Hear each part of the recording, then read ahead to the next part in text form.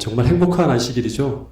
예, 여러분들이 얼마나 좋은 곳에 계신지를 여러분들 이곳에 계시기 때문에 잘 모르실 것 같아요. 밖에서 이렇게 지내다가 들어와 보니까 첫 번째 공기가 너무 맑습니다. 그 잠을 많이 자진 못했는데 일어나 보니까 머리가 많이 무거워야 되는데 그렇지 않고 되게 가벼운 걸 보니까 정말 이 공기라고 하는 게 얼마나 좋은지 다시 한번 느끼게 되었고요. 또 서울 수도권 지역에는 대면 예배가 어렵습니다. 이렇게 많은 성도들을 이렇게 제가 직접 대면해서 말씀을 전하고 있다고 하는 게 참 이 시대에 정말 놀라운 또 일이란 생각이 듭니다. 어쨌든 하나님께서 오늘과 어제와 오늘까지 짧은 기간이지만 꼭 여러분들에게 주시고자 하시는 메시지가 있어서 저를 불렀다고 생각하시고 꼭 그 기별을 받아서 한 번 듣고 지나가는 것이 아니라 여러분의 생애 속에서 놀라운 결심과 또 헌신이 있게 되기를 간절히 바라겠습니다. 자, 어제부터 제가 계속 주관적으로 어떻게 객관적으로 존재하는 하나님을 우리가 경험할 수 있는지에 대한 이야기를 나누고 있습니다. 어제 이야기를 딱 한마디로 좀 정리를 하면 예수님을 경험하는 것은 무엇이다 하고 말씀드렸죠. 한마디로 말하면 구원자이신 예수님께서 믿음을 통해 내 삶에 들어오셔서 실제 내 생애에서 그분의 이름 그대로 실제 구원이 이루어지는 것을 경험하는 것입니다. 실제 구원이. 그래서 복음이라고 하는 것은 무엇인가 하면 복잡하게 생각할 필요가 없어요. 복음은 무엇인가 하면 나의 고통의 문제에 구원자가 계시다고 하는 거예요. 나의 고통의 문제에 구원자가 계시다. 그래서 구원자이신 예수님이 뭐다? 복음이 되는 것입니다. 그래서 오늘은 그 주관적인 하나님을 경험하는 데 있어서 하늘이 우리 인간들에게 요구하는 유일한 조건이 무엇인가 하면 믿음이에요. 그죠? 하나님을 경험하는 믿음의 삶이에요. 그래서 오늘 지금 이 시간과 다음 시간 계속 이어져서 무엇에 대한 이야기를 할 거냐가 하면 믿음에 대한, 성경에서 말하는 믿음에 대한 이야기를 또 저의 간증을 통해서 또 여러 가지 예화를 통해서 또 성경 말씀을 통해서 공부하는 시간을 좀 갖도록 하겠습니다. 잠깐 기도하고 우리 말씀을 나누도록 하겠습니다. 하늘아버지, 이 시간 주님 앞에 다시 한번 우리 모두가 굴복하게 하여 주셔서 이 시간 저를 통해서 말씀하시는 그 성령의 음성을 우리 모두가 듣게 하여 주시고 부족하고 연약한 인간의 모습이 조금도 드러나지 않게 하시고 오직 이 시간 주님만이 말씀을 통해 드러나 주시옵고 오직 하나님께만 영광 돌릴 수 있는 성령 충만한 시간 될 수 있도록 축복하여 주시옵소서. 예수님 이름으로 기도드렸습니다. 아멘.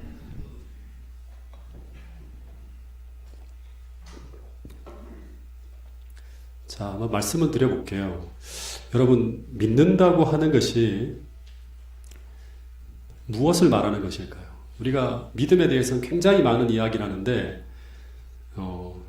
실제적으로 믿음이 무엇인가를 이렇게 질문을 하면 대답하는 게 조금 막막할 때가 있습니다. 그죠? 보통 사람들은 믿음을 어떤 일이 일어날 것이라고 강하게 믿으면 그것이 일어난다는 것, 이것을 믿음으로 생각하는 사람들이 참 많이 있죠. 그죠? 물론 믿음에는 이런 요소가 있어요. 근데 이것은 믿음의 한 부분이지 믿음의 본질은 아니라고 하는 것입니다. 성경에서 말하는 믿음은 계속 어제부터 이야기하지만 어떤 신념이나 어떤 철학이나 어떤 관념을 확고하게 믿는 것이 아니라 성경에서 말하는 믿음이라고 하는 것은 인격체이신 하나님을 신뢰하는 거예요. 실제로 믿음은 하나님을 경험하게 만드는 것입니다.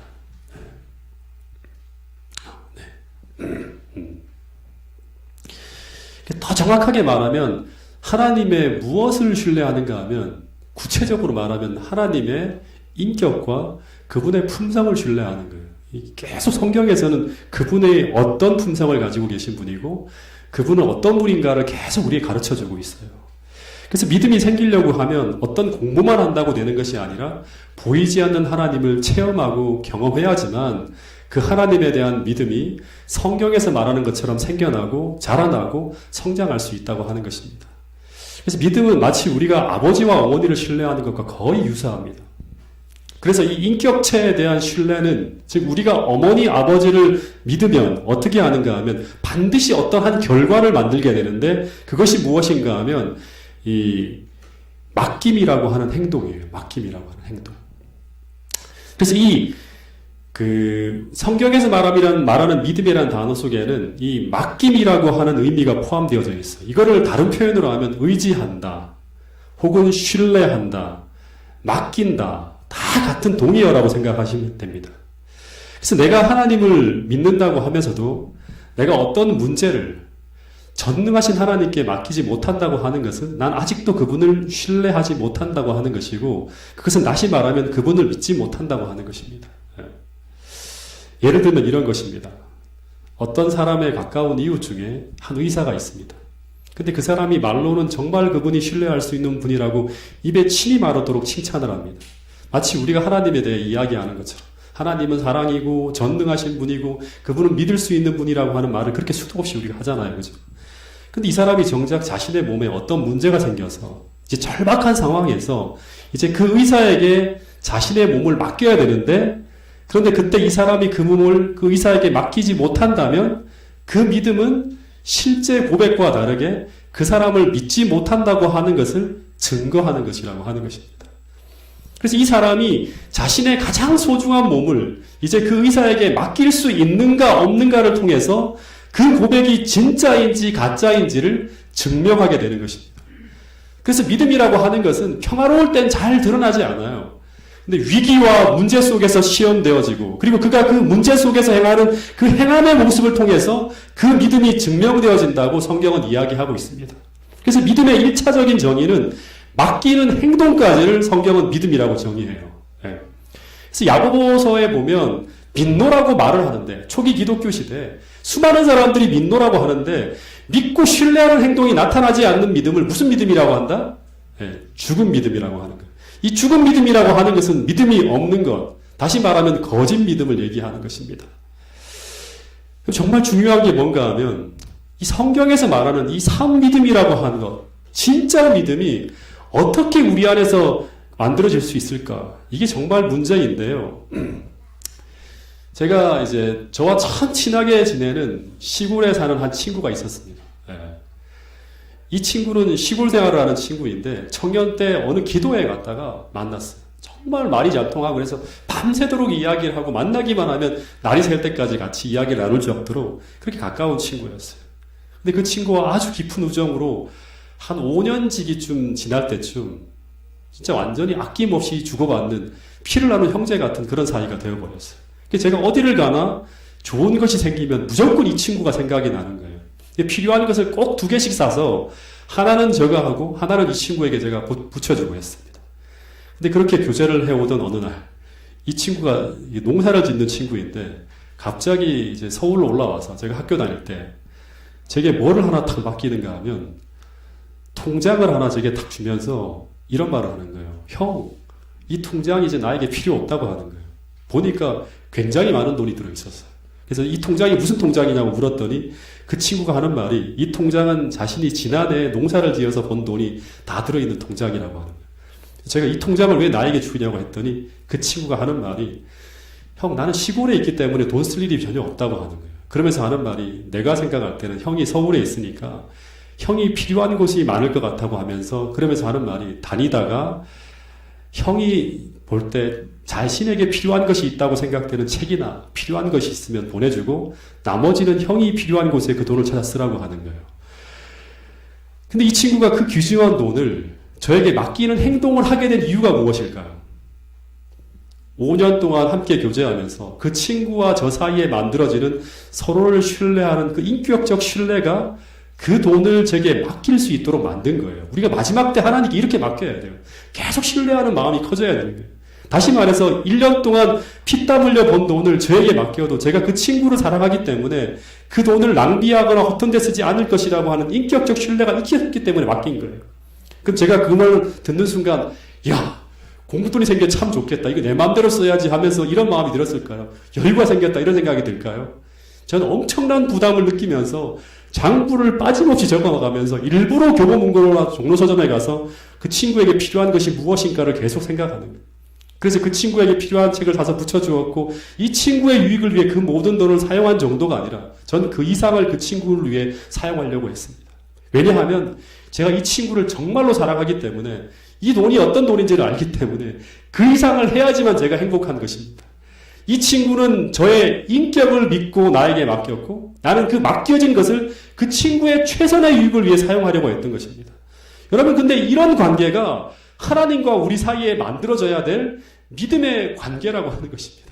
이 말은 오늘 우리가 성경적 믿음을 소유하기 위해서는 오늘 우리가 무슨 관념을 배워야 되고 어떤 개념을 이해하고 해야 하는 것도 굉장히 중요해요. 왜냐하면 그렇지 않으면 우리의 믿음이 성서적인 방향으로 나가지 못할 수가 있기 때문이에요. 근데 무슨 관념이나 어떤 개념을 이해하고 믿는 정도가 아니라 관계라고 하는 것, 다시 말하면 인격적 체험을 통해서 만들어질 수 있는 것이 무엇인가 하면 하나님과 우리 사이의 믿음의 관계라고 하는 것입니다.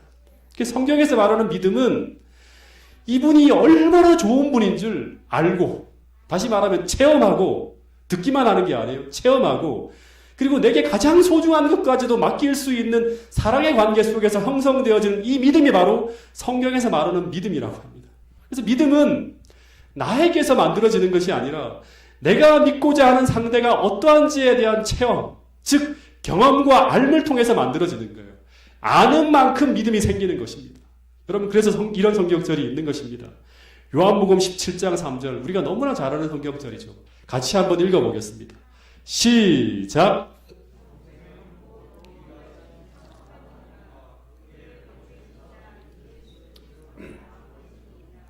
다시 말해서 아는 것에서 믿음이 시작됩니다. 그리고 이 아는 것에서 생겨난 그 믿음에서 영생이 시작된다고 하는 것입니다. 그 대상을 알아야지만 우리가 의심하지 않고 우리가 맡긴 것이 우리에게 최선의 유익이 되어 돌아올 것을 확신할 수 있는 믿음이 생겨날 수 있다고 하는 것입니다. 그런데 이런 믿음이 있는 사람에게 그 첫 번째 이런 열매를 거두게 된다고 합니다. 자, 마태복음 11장 28절에 있는 말씀을 같이 한번 29절에 있는 말씀을 같이 한번 읽어보겠습니다. 11장입니다. 11장. 잘못 표기가 됐습니다. 같이 한번 읽어보겠습니다. 시작.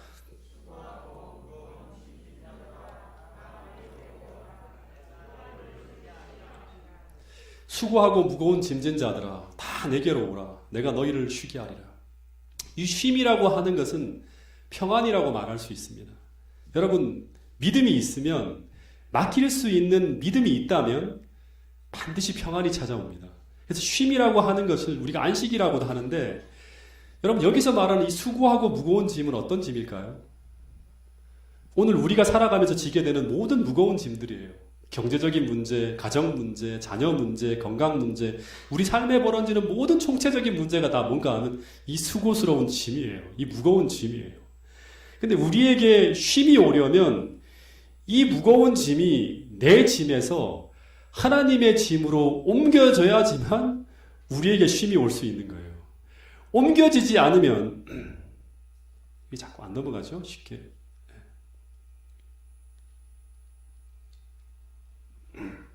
뒤에서 넘겨주시면 될 것 같습니다. 네.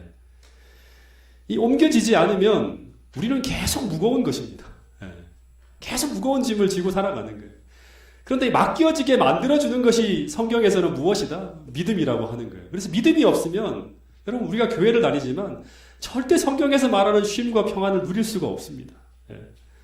내 짐을 내가 늘 지고 다니면서 늘 무겁고 힘든 것입니다. 그런데 믿음은 이 짐을 하나님께로 가져가서 하나님께 맡김으로 말미암아 내 짐을 하나님의 짐으로 옮겨 놓는 것, 이게 바로 뭔가 믿음이에요. 이 믿음은 실제적인 것입니다. 실제적인 거예요. 그러면 이 짐이 누구의 짐이 됩니까? 하나님이 움직여서 하나님이 해결하셔야 될 하나님의 짐이 되는 것입니다. 그래서 믿음이 있으면 무엇이 온다? 안식이 오는 거예요. 그래서 이 안식일 여러분들의 마음속에 참된 믿음을 소유함으로 말미암아 하나님이 주시는 그 평안과 안식과 쉼을 꼭 누릴 수 있게 되기를 간절히 바라겠습니다.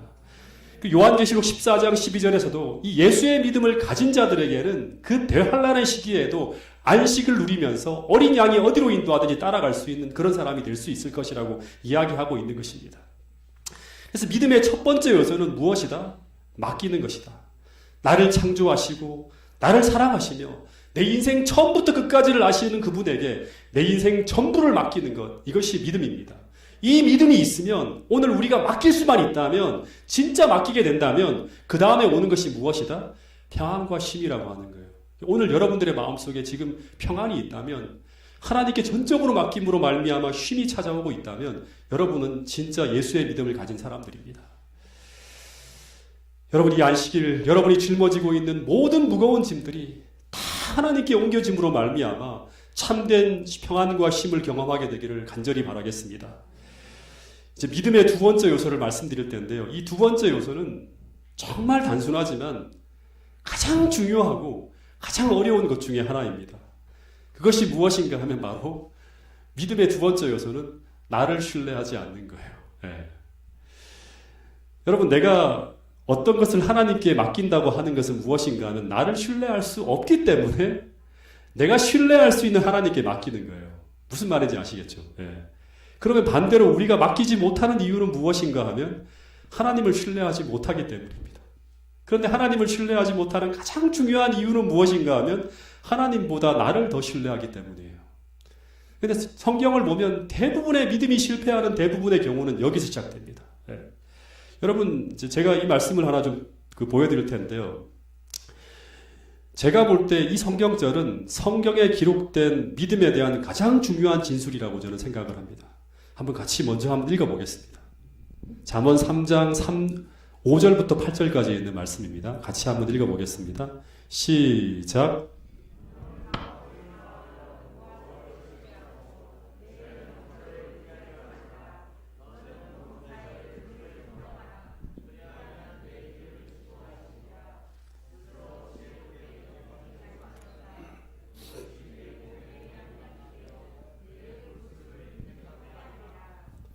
여러분 잠언서는 지혜서라고 합니다.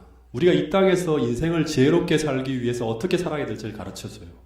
근데 잠언서에서 말하는 지혜는 한마디로 말하면 믿음으로 사는 거예요. 지혜롭게 산다고 하는 건 믿음으로 사는 거예요. 근데 여기 보면 너는 마음을 다하여, 이 말이 정말 중요합니다. 그냥 신뢰하라고 하지 않아요. 마음을 다하여 여호와를 신뢰하고 내 명철을 의지하지 말라. 너는 범사의 그를 인정하라. 그리하면 내 길을 지도하시리라. 스스로 지혜롭게 여기지 말지어다. 이렇게 살아가게 되면 내 영이 아니에요. 내 영혼이 아니라 내 몸의 양약이 돼요. 실제 여러분들의 삶 속에 무엇이 된다? 최고 유익한 그러한 경험을 하게 되는 삶을 살아갈 수 있을 것이라고 하는 거예요. 여러분, 하나님은 우리에게 마음을 다해서 여호와를 신뢰하라고 하는데 어떻게 해야 마음을 다해 신뢰할 수 있는가? 어떻게 이런 믿음이 만들어지게 되는가? 본문을 보면 두 가지를 이야기하고 있어요. 첫 번째는 내 명철을 신뢰하지 않을 때. 똑같은 단어인데 두 번째는 스스로 지혜롭다고 여기지 않을 때 생길 수 있는 거예요. 여러분, 그래서 참된 믿음의 두 번째 정의는 나를 신뢰하지 않는 마음이에요. 이것을 다른 말로 말하면 하나님과 부딪히고 충돌하는 내 지혜를 내려놓는 것, 내 지혜를 포기하는 거예요. 쉽게 말하면 하나님의 뜻은 이렇게 하는 것인데 내가 볼 때는 그 길보다 내가 생각하는 이 길이 더 좋은 길로 보일 때 그때 내가 볼 때 좋아 보이는 그것을 어떻게 한다? 포기하는 것을 뭐라고 하는가 하면 믿음이라고 하는 것입니다. 이것을 가지고 자기 부인 혹은 자아 포기 혹은 내려놓음이라는 이런 표현으로 사용하기도 합니다. 여러분, 왜 내 지혜와 방법을 포기해야 되는가? 하나님이 나보다 억만배 지혜롭기 때문이라고 하는 것입니다. 이 의미를 담고 있는 대표적인 사건이 무엇인가 하면 할례인데요. 할례. 여러분, 할례가 뭐 하는 거죠? 할례가 뭐 하는 거죠? 남자의 생식기 껍질을 벗겨내는 포경수술을 하는 거예요. 근데 옛날에 구약시대에는 이 포경수술을 하는 것이 바로 뭔가 하면 하나님의 백성이라고 하는 표시였어요. 구약시대에는. 근데 이 의식이 어떻게 처음 생겨났는지 아세요? 이걸 모르고 그냥 수천 년 동안 이렇게 해오니까 이스라엘 백성들이 이 의미를 모르고 하다가 이게 하나의 행함으로 말미암는 어떤 그런 의의 하나의 모델이 되어서 결국엔 폐지되어져요. 근데 이 의식이 원래 어떻게 처음 생겨난지 아십니까? 창세기 17장에 보면 아브라함의 이야기 속에 처음 등장하게 됩니다. 이 이야기를 좀 살펴보면 옛날 하나님이 아브라함과 이런 언약을 맺습니다. 너가 내 백성이 되면 내 자손을 별처럼 많이 생기게 해줄 거야 라고 해요. 그래서 아브라함이 하나님의 백성이 되겠다고 하면서 자신의 인생을 하나님께 맡기고 그 말씀을 쫓아서 자신의 고향을 떠나 가나안 땅으로 여행을 합니다. 근데 10년이 지나도 20년이 지나도 아이가 태어나지 않죠. 자꾸 나이는 먹어나가는데 아기가 태어나지 않는 것입니다. 그래서 이 아브라함이 어떻게 하는가 하면 그래도 하나님께 맡겨야 되는데 근데 이 아브라함이 너무 초조해서 더 이상 기다릴 수 없다고 생각하고 이제 자신의 지혜와 방법으로 하나님의 약속을 이루려고 시도한 것이 무엇인가 하면 자신의 아내가 아닌 하갈을 통해서 아기를 낳는 거예요. 이것은 하나님의 방법이 아닌 불법이죠. 성경적 방법이 아닌 자신의 지혜와 명철로 문제를 해결하려고 하는 거예요. 이것이 바로 뭔가 믿음의 실패요, 하나님께 맡기지 못한 것이죠. 이 일로 인해서 아브라함의 집안에 극심한 분쟁이 생기고 그 후에 하나님께서 다시 나타나서 깨어진 언약을 다시 맺자고 하는 게 바로 뭔가 하면 할례를 통해서 언약을 맺는 거예요. 그래서 이 창세기 17장의 할례의 이야기는 바로 하갈에 의한 이스마엘이 출생한 후에 등장하는 이야기예요. 다시 말해서 할례는 아브라함의 믿음의 실패를 생각나게 하는 상징이에요. 근데 왜 하나님이 아브라함의 생식기의 표피를 잘라내게 했을까요? 아브라함의 이 생식기의 표피를 칼로 잘라낸다고 하는 그 의미는 뭔가 하면 이제 더 이상 나의 힘으로 나의 생식 능력으로 아이를 낳겠다고 하는 생각을 베어버리겠다고 하는 결심의 표시가 바로 뭔가 하면 할례 의식에 담긴 의미예요. 이 말은 이제 더 이상 나의 육체를 신뢰하지 않고 하나님을 의지해 살겠다고 하는 결심의 표시가 바로 뭔가 하면 할례 의식 속에 담겨있는 의미라고 하는 것입니다. 이것은 다시 말하면 믿음으로 살아가겠다고 하는 결심을 보여주는 의식이죠. 그래서 바울이라고 하는 사람이 이 의미를 정확하게 이해해서 빌립보 3장 3절에서는 이런 이야기를 해요. 자, 이 말씀이 참 감동적인 말씀인데 같이 한번 읽어보겠습니다. 시작!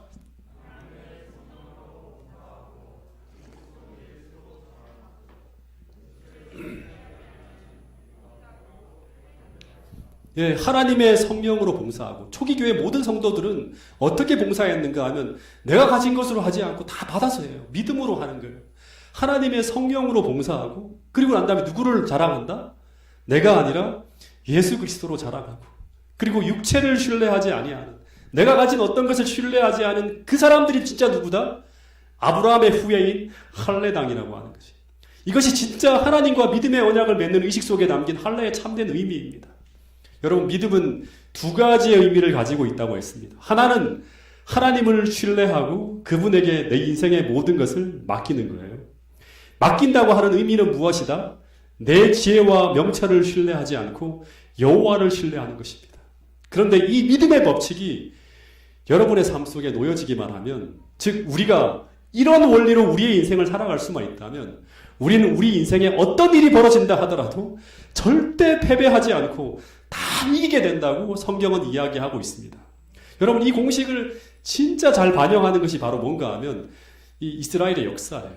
열왕기라든가 역대기를 보면 이스라엘의 전쟁 속에 나타나는 이 전쟁의 성패를 좌우하는 아주 간단한 법칙이 계속 반복적으로 나타납니다. 그것이 무엇인가 하면 그 전쟁이 누구의 전쟁인가를 딱 보는 거예요. 예. 즉, 이 전쟁이 이스라엘의 왕의 전쟁인가 아니면 여호와의 전쟁인가 하는 거예요. 이 조건에 맞춰보면 그 다음의 결과는 보지 않아도 돼요. 왜냐하면 결과는 뻔하기 때문이에요. 만약 그 전쟁이 왕의 지혜와 군사만을 가지고 치루어지는 전쟁이라면 그 결과는 다 패배해요. 그런데 만약 그 전쟁이 여호와의 전쟁이라면 그 어떤 악조건 속에 전쟁을 치른다 하더라도 다 이겨요. 심지어 300명의 군대로 나간다 하더라도 수십만의 대병력을 싸워서 이기게 돼요. 예. 아무리 적이 수많은 군세를 가지고 몰려온다 하더라도 하나님이 다 이기게 돼요. 왜냐하면 그 전쟁에 하나님께서 함께 나가 싸우기 때문이에요. 그런데 그 전쟁에 하나님이 개입하시기 위한 조건이 무엇인가 하면, 다시 말해서 이 나의 전쟁을 여호와의 전쟁으로 전환시키는 유일한 조건이 무엇인가 하면 바로 믿음이라고 하는 거예요. 근데 그 믿음이란 무엇이다? 그 문제의 상황이 벌어질 때 먼저 그 상황을 주님께 첫 번째는 뭐 한다? 맡기고 믿음으로 맡기고, 두 번째는 어떻게 한다? 내 지혜를 포기하고, 세 번째는 하나님이 지휘하시는 대로 따라 나가는 거예요. 순종하는 것입니다. 즉 하나님의 방법으로, 성경적 방법으로 그 문제를 풀기로 결심하고 하나님이 지휘하시는 대로 따라가는 것입니다. 그러면 그 결과는 어떻게 된다? 이긴다고 하는 거예요. 여러분, 성경을 한번 읽어보세요. 구약 성경의 모든 전쟁사는 수만 가지의 전쟁 이야기가 나오지만 단 하나의 오차도 없이 다 이 패턴을 따라서 이 공식을 따라 이루어지는 걸 보게 됩니다. 여러분 마찬가지일까요? 내 삶의 문제가 아무리 크고 아무리 거대하다 하더라도 우리가 이 문제를 여호와의 문제가 되게 할 수만 있다면 우리는 그 문제를 해결하시는 하나님의 역사를 볼 수 있을까요?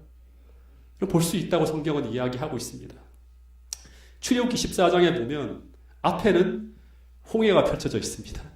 뒤에는 당시 세계 최강의 바로의 군대가 이스라엘의 길을 막고 포위하고 있었습니다.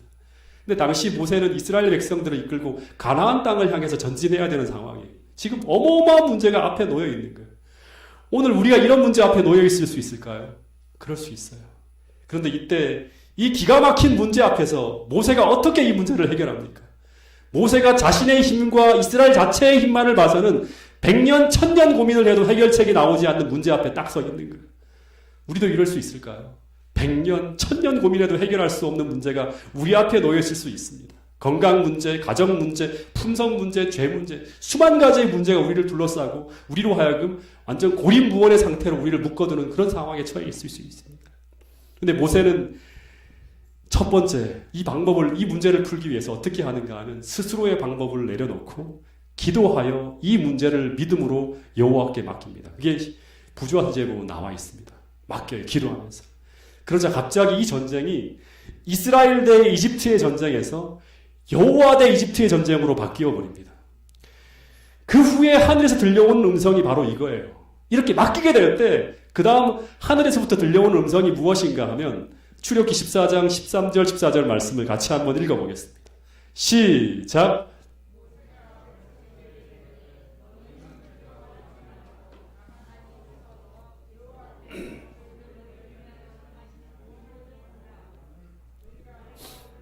애굽 사람을 영원히 다시 보지 아니하리니 여호와께서 너희를 위하여 싸우시리니 너희는 가만히 있을지어다. 예. 모세가 백성에게 이르되 너희는 두려워하지 말고 가만히 서서 여호와께서 오늘 너희를 위하여 행하시는 구원을 보라. 너희가 오늘 본 애굽 사람을 영원히 다시 보지 아니하리니 여호와께서 너희를 위하여 너희를 대신해서 어떻게 한다? 싸운다고 하는 거예요. 너희의 문제에 개입하겠다고 하는 거예요. 여러분 이 말씀은 여호와께서 이제 이 전쟁에 개입하시겠다고 선언하시는 것입니다. 다시 말해 하나님께서 모세의 방법이 아닌 당신의 방법으로 모세를 대신해서 싸우시겠다고 말씀하시는 것입니다. 여러분 그러기 위해서 모세는 두 번째 어떻게 해야 되는가 하면 자신의 지혜를 내려놓아야 돼요. 그래야지만 하나님께서 우리를 대신해서 당신의 방법으로 싸울 수 있는 거예요. 자기를 신뢰하는 마음을 포기하지 않으면 이걸 우리가 자아라고도 하는데 이 자아를 내려놓지 않으면 하나님은 우리를 대신해 싸울 수가 없어요. 아무리 하나님이 지혜롭다고 하더라도 아무리 하나님이 전능하다고 하더라도 우리가 하나님의 방법을 따라 순종할 수 있는 그 믿음이 없다면 하나님의 능력과 지혜는 다 무용지물이 되는 거예요. 그래서 여러분 이 믿음이 얼마나 중요한지를 오늘 꼭 배우고 돌아갈 수 있게 되기를 간절히 바라겠습니다. 어쨌든 이 모세의 명령에 따라 이스라엘 백성들이 자신의 지혜를 내려놓고 하나님께서 지휘하시는 대로 움직이기 시작하는데 그 첫 번째 스텝이 무엇인가 하면 바로 죽음의 길처럼 보이는 그 차가운 홍해 바다 속으로 들어가는 거예요. 그런데 하나님이 지휘하시는 그 명령에 순종해서 그 차가운 홍해 바다 속으로 들어갈 때 그 다음에 어떤 일이 벌어지는가 하면 홍해를 가르는 뭐가 불어오죠? 바람이 불어오는 거예요. 홍해를 가르는 바람이 불어옵니다. 이 바람이 무엇인가 하면 하나님의 역사 개입인 성령이 역사하는 것입니다. 여러분 믿음은 성령의 역사를 불러오는 것입니다. 그래서 이 하나님께서 개입하자 이 싸움의 결과가 어떻게 끝이 나는가 하면 모세가 평생에 걸쳐 고민해도 해결할 수 없었던 문제가 한순간에 홍해가 갈라짐으로 해결되어집니다. 그래서 이스라엘 백성들은 홍해를 무사히 건넜고 애굽의 군대는 사라집니다. 여러분 다시 말합니다. 맡기고 첫 번째 맡기고 두 번째 내 명철과 지혜를 버려야지만 홍해 속으로 들어갈 수 있는 거예요. 내 지혜와 명철을 내려놓고 세 번째 그분의 인도하심에 맡길 수만 있다면 순종할 수만 있다면 오늘 우리를 괴롭히는 수많은 인생의 문제들이 그 홍해 속으로 순식간에 사라지는 역사를 우리도 볼 수 있을 것이라고 성경은 이야기하고 있습니다. 여러분 이 사실을 꼭 믿고 돌아갈 수 있게 되기를 간절히 바라겠습니다. 한 가지 이야기만 좀 더 하면 이스라엘 앞에 또 하나의 아주 진짜 유명한 전쟁이 있죠. 골리앗이라고 하는 거인이 나타나서 이스라엘을 위협하고 있을 때 이스라엘 백성들에게는 이것을 해결할 능력이 없었어요. 그 누구도 이 거인을 상대할 수가 없는 거예요. 그래서 다들 벌벌 떨고 있을 때 그 이름 없는 무명의 다윗이라고 이름하는 자가 등장합니다. 그리고 이 다윗이 뭐라고 하는가 하면 믿음으로 해요. 자기를 보고 하는 게 아니라 믿음으로 왜 이스라엘을 모독하는 저 장수를 그냥 두고만 보고 있는가 하면서 일어나서 믿음으로 달려가서 골리앗을 쓰러뜨립니다. 근데 이 다윗이 골리앗을 어떻게 쓰러뜨렸는가 하면 돌멩이 5개를 주워서 골리앗을 향해 달려나가는데 근데 그때 다윗이 외친 고백이 아주 중요해요. 그게 무엇인가 하면 바로 이것이에요. 너는 칼과 단창으로 나오지만 너의 육체를 신뢰하고 너의 어떤 가진 힘으로 나오지만 나는 이 돌을 들고 달려나간다고 하지 않았어요. 나는 무엇으로 나간다? 만군의 하나님 여호와의 이름으로 내게 나간다고 하면서 하나님의 이름을 앞세우고 나갑니다. 그러면서 그가 외친 이 한마디가 이것이었어요. 이 정말 제 마음속에 이렇게 확 꽂히는 거였는데 이 전쟁은 나의 전쟁이 아니라 누구의 전쟁이다? 여호와께 속한 전쟁이라고 하는 거예요. 다윗의 전쟁이 아니라 여호와의 전쟁이라고 하는 거예요. 다시 말하면 너는 지금 나를 상대해 싸우는 게 아니라 누구를 상대해 싸운다? 여호와 하나님을 넌 상대해 싸우게 될 거라고 하는 거예요. 그래서 이 믿음이 선포되어지고 이 믿음으로 다윗이 달려나갈 때 갑자기 골리앗은 어린 다윗이 아니라 하나님을 맞서 싸워야 하는 상황으로 이 상황이 바뀌어 버리는 거예요. 다시 말해서 다윗 앞에 다윗을 대신해서 하나님이 골리앗을 상대하기 위해 나타난 것입니다. 600년 전에 모세의 기도 앞에 모세를 대신해서 하나님이 대신 싸우신 것처럼 다윗을 대신해서 하나님께서 역사하신 거예요. 여러분 역사는 계속 반복되는 거예요. 오늘 우리가 이런 믿음이 있다면 오늘 우리 생애에도 이런 역사가 펼쳐진다고 하는 것입니다. 다윗이 던진 그 돌멩이는 다윗이 던지는 돌멩이가 아니라 하나님이 던지는 돌멩이가 되어서 하나님의 능력으로 골리앗이 쓰러졌다고 하는 것입니다. 여러분 그래서 믿음은 정말 위대한 것입니다. 다시 말합니다. 믿음이 없으면 여러분 우리는 아무것도 아니에요. 믿음만 있다면 우리는 하나님의 역사를 이룰 수 있는 위대한 하나님의 백성이 될 수 있다고 하는 것입니다. 다시 말합니다. 믿음은 나의 문제를 하나님께 맡기는 거예요. 그 어떤 문제라도 맡기는 것입니다. 그리고 내 방법, 내 지혜가 아닌 나보다 억만 배 더 지혜로운 하나님의 방법을 믿고 따라가는 것입니다. 이 믿음으로 나가면 아무리 거대한 거인일지라도 아무리 견고한 난공불락의 요새라 할지라도 우리의 믿음 앞에 무너지는 것을 볼 수 있을 것이라고 하는 것입니다. 여러분 마지막으로 이런 믿음의 역사가 오늘도 계속 현재 진행형으로 이루어질 수 있는가? 제가 하나의 좀 간증을 여러분들에게 말씀드리면서 첫 번째 강의를 좀 줄이려고 하는데요. 제가 의정부 교회를 다니면서 신학을 공부하던 때 제가 겪었던 이야기를 좀 말씀을 드릴까 합니다.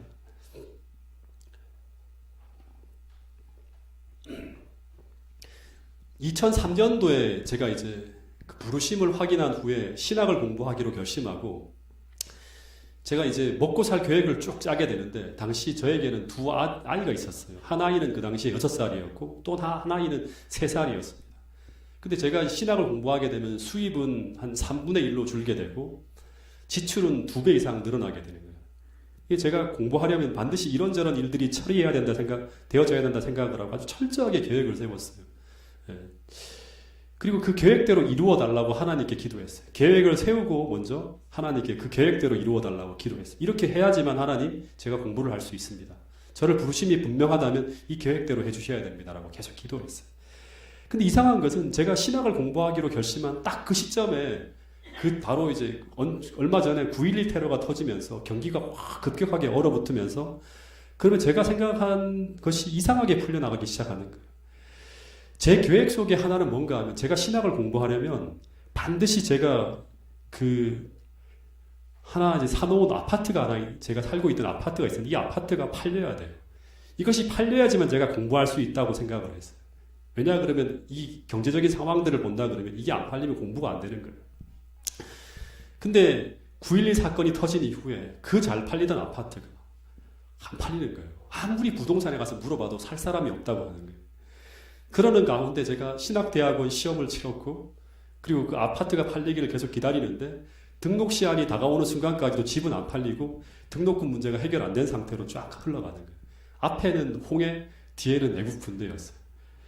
근데 매일같이 기도하는 내용이 뭔가 하면 만약 하나님 제가 신학을 공부하기를 바라신다면 이 아파트를 팔아주셔야 되지 않습니까? 예. 이거 안 팔아주시면 하나님이 어떻게 제가 공부할 수 있단 말입니까? 계속 기도했어요. 근데 아무런 일도 벌어지지 않은 가운데 시간만 계속 흘러가는 거예요. 그러다가 이상한 일이 하나가 터졌어요. 2003년 12월이었는데 아내가 당시에 유치원을 다니고 있었는데 이제 재롱이 잔치 때문에 막 바빠서 밤늦게까지 야근을 계속 하는 상황들이 이어졌어요. 그래서 일주일 내내 거의 파김치가 되어 들어오는 거예요. 근데 그날 저녁에도 아내가 먼저 퇴근을 해서 돌아오자마자 이제 막 아이들을 시키고 꼬맹이들부터 막 재우기 위해서 거실에 이불을 깔아놓고 애들을 토닥토닥 거리고 있었어요. 그러다가 아내가 아이들과 같이 그만 잠이 들어버렸어요. 그래서 제가 막 아내를 깨우려고 하다가 너무나 피곤하게 보여서 거실에다가 그냥 이불을 덮어주고 재웠어요. 그때 시간이 제가 지금도 거의 100% 기억하는데요. 8시 조금 넘는 시간이었어요, 저녁에. 근데 제가 생각할 때 내일 아침밥을 안 해놓고 자면 아이들이 밥을 못 먹고 출근할 것 같아서 제가 이제 아침밥을 해놓고 이제 재워야겠다 생각을 하고 쌀을 씻어서 가스레인지 위에 이제 밥통을 딱 올려놓고 이제 불을 켜고 이제 있었어요. 근데 딱 돌아보니까 이 작은 둘째 아이가 거실에서 깨갖고 눈이 말똥말똥해 있는 거예요. 혼자 깨어 있는 거예요. 그래서 제가 다시 그 꼬맹이를 재우기 위해서 다시 옆에서 토닥토닥 거리다가 저도 그만 깜빡 잠이 들어버렸어요. 그때가 8시에서 9시 사이였어요. 그러다가 한참을 자다가 깨었는데 주방에 불이 환히 켜져 있는데 벽걸이 시계를 보니까 오전 6시가 조금 넘었어요. 10시간이 지나간 거예요. 전 아무 생각 없이 화장실 쪽으로 쭉 가다가 주방 쪽을 보는데 깜짝 놀란 거예요. 가스레인지가 켜져 있는 거예요. 그리고 불이 그 밥통 위로 계속 불이 가열되고 있는 거예요. 그래서 제가 달려가서 불을 껐습니다. 그리고 생각하기를 불이 날 뻔한 상황이라는 생각도 못하고 하나님 감사합니다라고 하는 말하는 대신에 아침밥 다 먹었다 생각을 하면서 한숨이 막 나오는 거예요. 근데 여러분 10시간이거든요. 10시간. 10시간이 넘나요? 10시간이죠. 딱 10시. 8시부터 오전 6시까지니까. 밥통에 계속 불을 가열을 했으니까 제 생각으로는 새까만 숫덩이가 되어 있을 거라 생각을 하고 밥솥을 열었어요.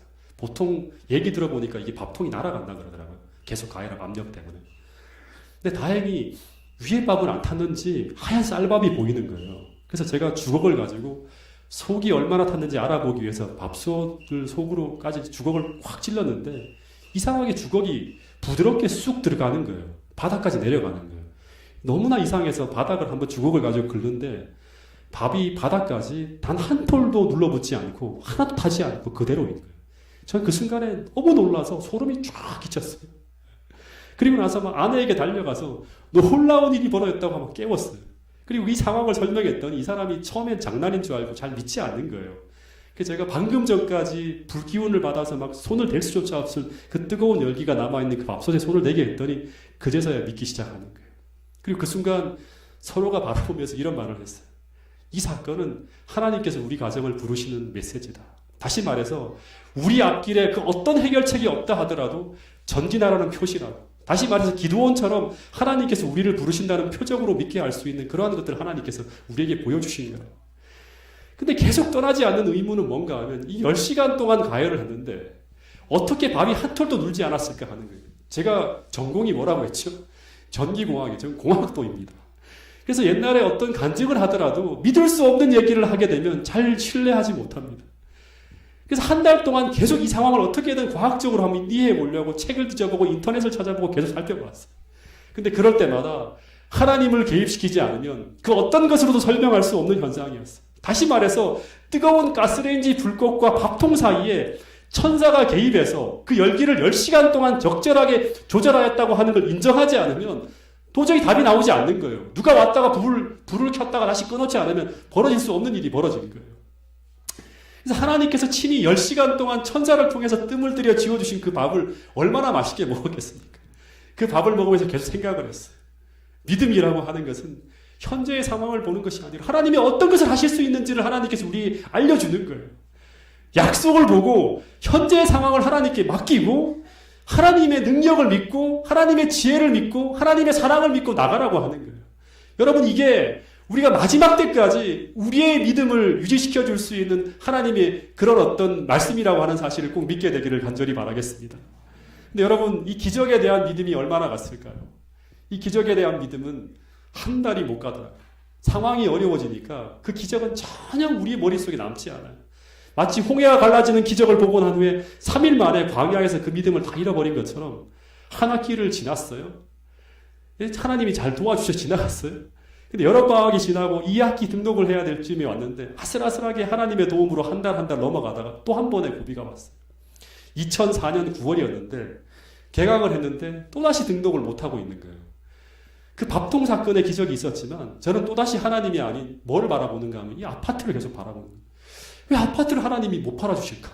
저 금방 팔 수 있을 텐데 왜 하나님이 못 팔아주는 걸까? 근데 계속 집은 안 팔리고 낮춰도 안 나가는 거예요. 값을 떨어뜨려도. 그 흔하고 쉬운 우리가 전세로 살고 있는 집을 월세로 옮겨서 그 돈을 가지고 등록금을 마련하려고 했는데 몇 달째 그것도 안 나가는 거예요. 예. 경기가 계속 얼어붙으니까. 근데 그런 상황에서 중간고사가 다가오는 거예요. 벌써 개강을 하고 중간고사가 다가올 때까지 등록을 못하고 있었어요.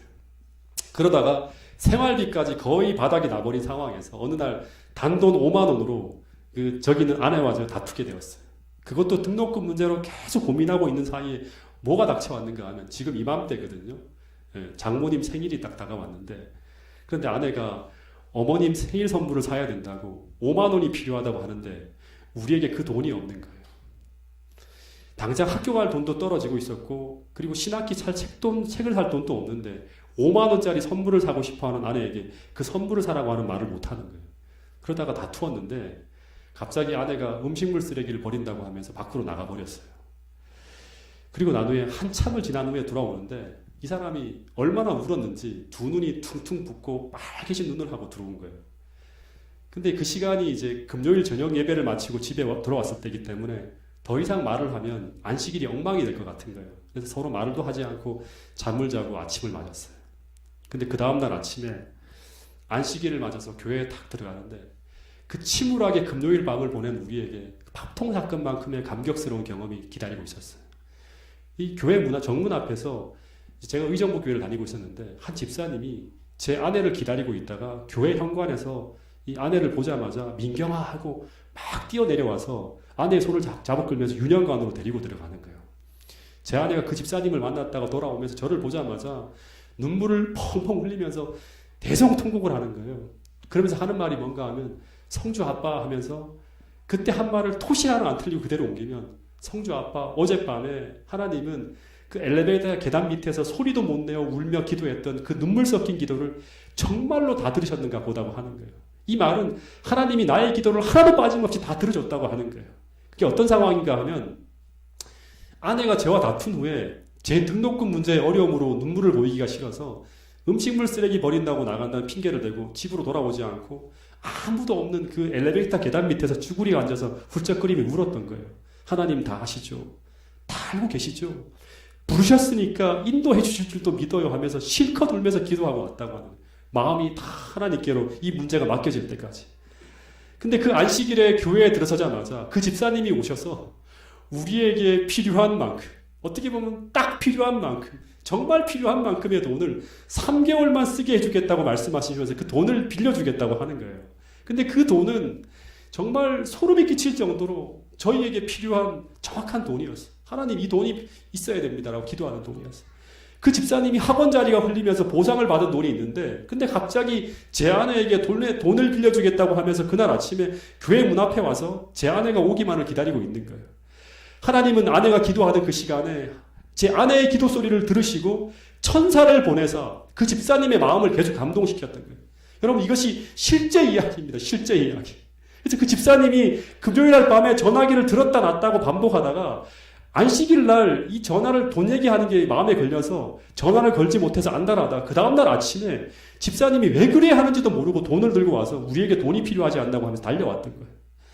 여러분 다니엘 9장 10장에 다니엘의 기도를 들으시고 가브리엘 천사를 통해서 고레스의 마음을 감동시키사 이스라엘 해방령을 내리신 주님께서 동일하게 오늘도 우리를 위해서 그 집사님의 마음을 감동시켰다고 하는 것이 여러분 사실이라고 하는 사실입니다.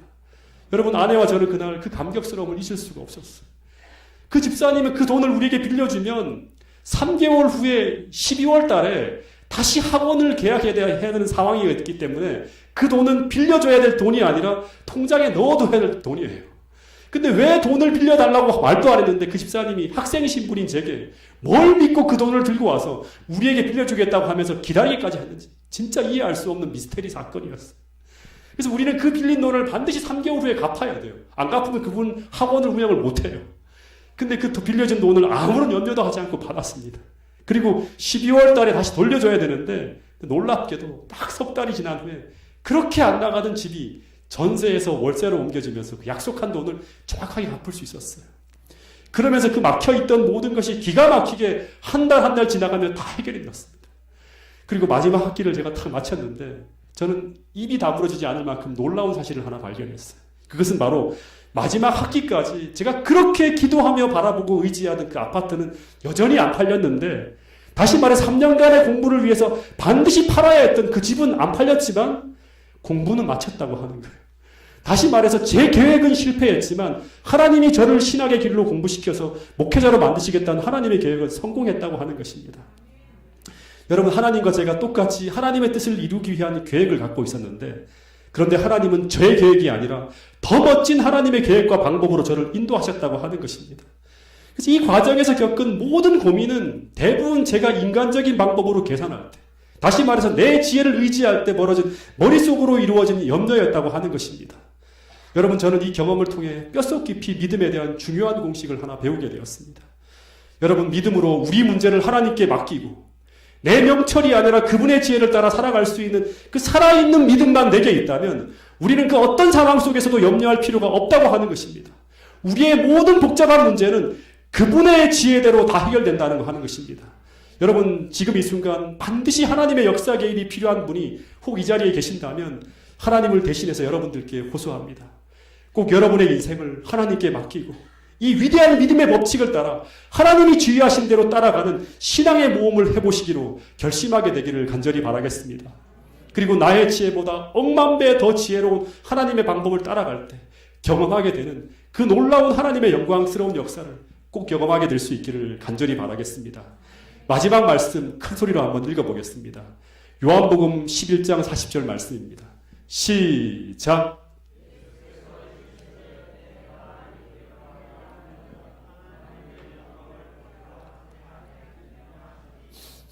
예, 내가 믿으면, 다시 말해 맡기고 너의 지혜를 포기하고 하나님께서 인도하시는 대로 따라가면 하나님께서 우리 인생에 역사하시는 하나님의 영광을 보게 된다고 합니다. 여러분, 이 말씀을 꼭 믿으시고 하나님을 믿고 살아가기로 결심했다면 여러분, 이 성경의 공식대로 살아가기로 이 시간 굳게 결심하게 되기를 간절히 바라면서 오늘 첫 번째 강의 말씀을 줄이도록 하겠습니다.